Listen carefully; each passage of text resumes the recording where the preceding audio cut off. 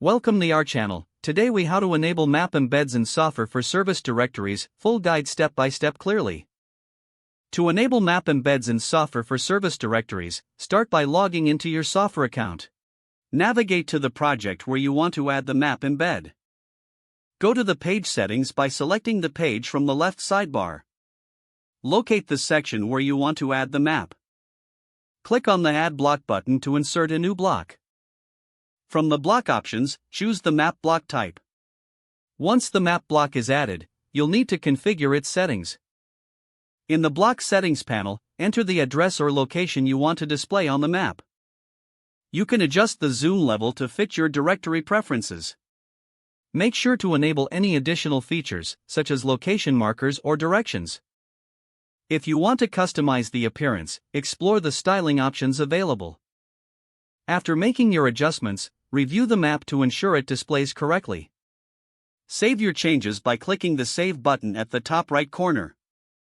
To preview the changes, click on the Preview option. If everything looks good, proceed to publish your updates. Visit your live service directory to see the embedded map in action. You have successfully enabled map embeds in Softr for your service directories. If the page does not load, refresh the browser or try again in a private or incognito window. Make sure you are using the correct email address, then retype it carefully to avoid small typos. If your password is not accepted, use the reset option and create a new strong password you can remember.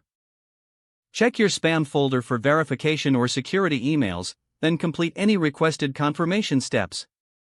Enable two-factor authentication if available to improve account security and reduce unauthorized access risk.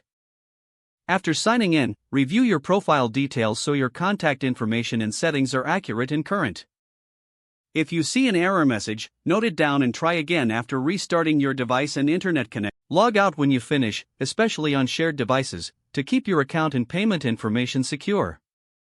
If the page does not load, refresh the browser or try again in a private or incognito window. Make sure you are using the correct email address, then retype it carefully to avoid small typos.